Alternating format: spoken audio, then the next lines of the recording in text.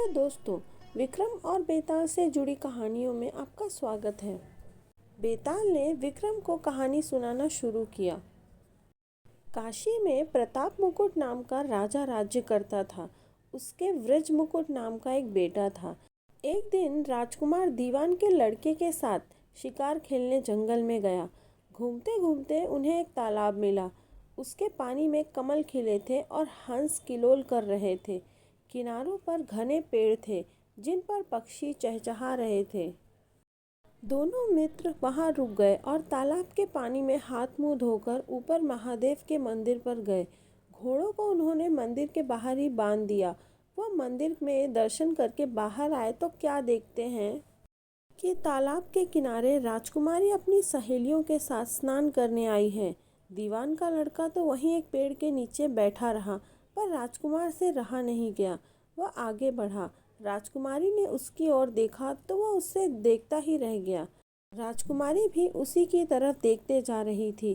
फिर उसने क्या किया कि जूड़े में से कमल का फूल निकाला, कान से लगाया, दांत से कुतरा, पैर के नीचे दबाया और फिर छाती से लगाया। अपनी सखियों के साथ वो वहां से चली गई। उसके जाने पर राजकुमार निराश हो अपने मित्र के पास आया और सब हाल सुनाकर बोला, मैं इस राजकुमारी के बिना नहीं रह सकता, पर मुझे न तो मालूम है कि वो कहाँ रहती है, न उसका कोई ठिकाना। वो कैसे मिलेगी? दीवान के लड़के ने कहा, राजकुमार आप इतना घबराएं नहीं, वह सब कुछ बताकर गई है। राजकुमार ने पूछा, कैसे? वह बोला, उसने कमल का फूल सिर से उतारकर कानों से लगाया तो उसने बताया कि मैं कर्नाटक की रहने वाली हूँ। दांत से कुतरा तो उसका मतलब था कि मैं दंतबाट राजा की बेटी हूँ। पाँव से दबाने का अर्थ था कि मेरा नाम पद्मावती है। और छाती से लगाकर उसने बताया कि तुम मेरे दिल में बस गए हो। इतना सुनना था कि राजकुमार खुशी से फूल उठा। बोला, अब मुझे कर्नाटक देश ले चलो। दोनों मित्र वहां से चल दिए। घूमते फिरते सैर करते दोनों कई दिनों बाद वहां पहुंचे। राजा के महल के पास गए तो एक बुढ़िया अपने द्वार पर बैठी चरखा काटती मिली।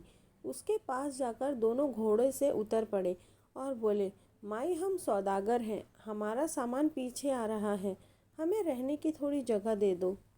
उनकी शक्ल सूरत देखकर और बात सुनकर बुढ़िया के मन में ममता उमड़ आई। वो बोली, बेटा तुम्हारा घर है, जब तक जी में आए रहो। दोनों वहीं ठहर गए। दीवान के बेटे ने उससे पूछा, माई आप क्या करती हैं? आपके घर में और कौन कौन है? आपकी गुजर कैसे होती है? वो बुढ़िया बोली, बेटा मेरा एक बेटा है जो राजा की चाकरी में है। मैं राजा की बेटी पद्मावती की धाय थी। बूढ़ी हो जाने पर अब मैं घर में ही रहती हूँ। राजा खाने पीने को दे देता है। दिन में एक बार राजकुमारी को देखने महल में चली जाती हूँ। राजकुमार ने बुढ़िया को कुछ धन दिया और कहा, माई कल आप वहाँ जाओ तो राजकुमारी से कह देना कि जेठ सुदी पंचमी को तुम्हें तालाब पर जो राजकुमार मिला था वो आ गया है। अगले दिन जब बुढ़िया राजमहल गई तो उसने राजकुमार का संदेशा उसे दे दिया। सुनते ही राजकुमारी ने गुस्सा होकर हाथों में चंदन लगाकर उसके गाल पर तमाचा मारा और कहा, मेरे घर से निकल जा। बुढ़िया ने घर आकर सब राजकुमार को कह सुनाया। राजकुमार हक्का बक्का रह गया।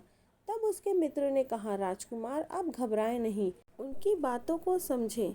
उसने 10 उंगलियां सफ़ेद चंदन में मारी। इसका मतलब है कि अभी 10 रोज चांदनी के हैं। उसके बीतने पर अंधेरी रात में मैं मिलूंगी। 10 दिन के बाद बुढ़िया ने फिर राजकुमारी को खबर दी तो इस बार उसने केसर के रंग में 3 उंगलियां डुबोकर उसके मुंह पर मारी और कहा, भाग यहाँ से। बुढ़िया ने आकर सारी बात सुना दी। राजकुमार शोक से व्याकुल हो गया। दीवान के लड़के ने समझाया, इसमें हैरान होने की क्या बात है? उसने कहा है कि मुझे मासिक धर्म हो रहा है। 3 दिन और ठहरो। 3 दिन बीतने पर बुढ़िया फिर वहां पहुंची। इस बार राजकुमारी ने उसे फटकार कर पश्चिम की खिड़की से बाहर निकाल दिया। उसने आकर राजकुमार को बता दिया। सुनकर दीवान का लड़का बोला, मित्र उसने आज रात तुम्हें उस खिड़की की राह बुलाया है। मारे खुशी के राजकुमार उछल पड़ा। समय आने पर उसने बुढ़िया की पोशाक पहनी, इत्र लगाया, हथियार बांधे। दोपहर रात बीतने पर वह महल में जा पहुंचा और खिड़की में से होकर अंदर पहुंच गया। राजकुमारी वहाँ तैयार खड़ी थी। वह उसे भीतर ले गई। अंदर के हाल देखकर राजकुमार की आंखें खुली रह गई। एक से बढ़कर एक चीज़ें थी। रात भर राजकुमार राजकुमारी के साथ रहा। जैसे ही दिन निकलने को आया, राजकुमारी ने राजकुमार को छिपा दिया और रात होने पर फिर बाहर निकाल लिया। इस तरह कई दिन बीत गए। अचानक एक दिन राजकुमार को अपने मित्र की याद आई। उसे चिंता हुई कि पता नहीं उसका क्या हुआ होगा।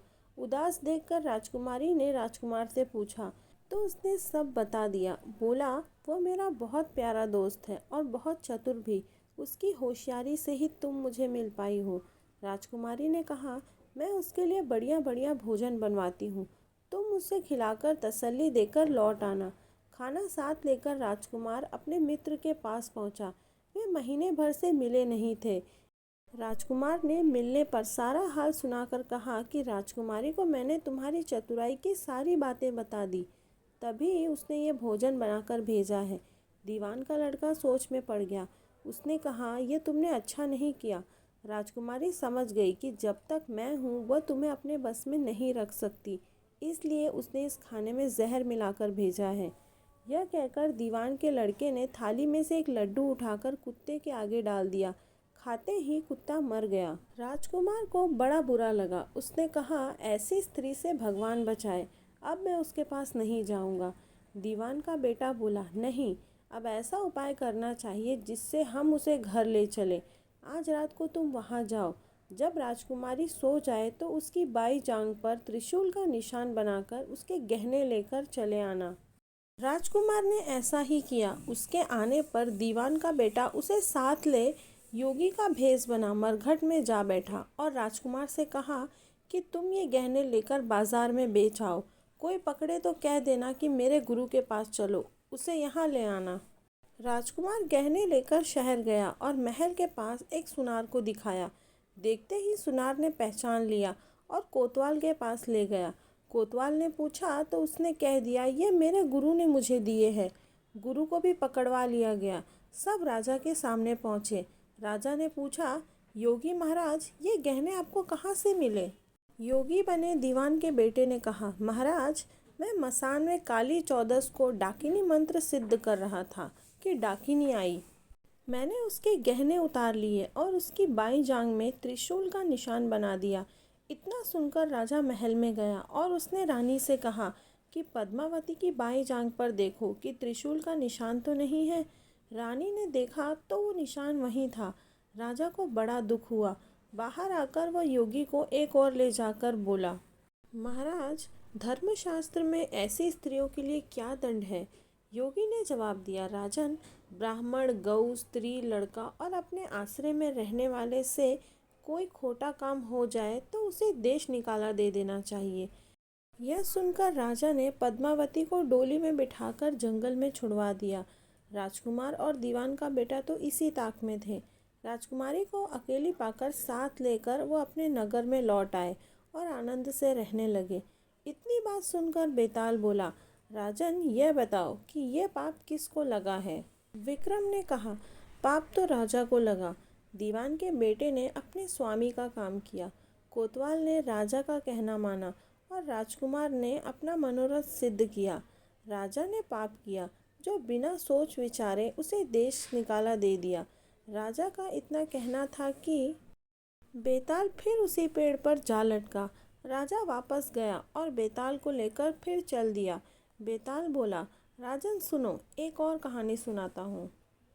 प्रिय दोस्तों, बने रहिए मेरे साथ इस कहानी में। इसी तरह विक्रम और बेताल से जुड़ी कहानियाँ हम सुनते रहेंगे। आगे की कहानियाँ सुनने के लिए चैनल को सब्सक्राइब ज़रूर करें। धन्यवाद।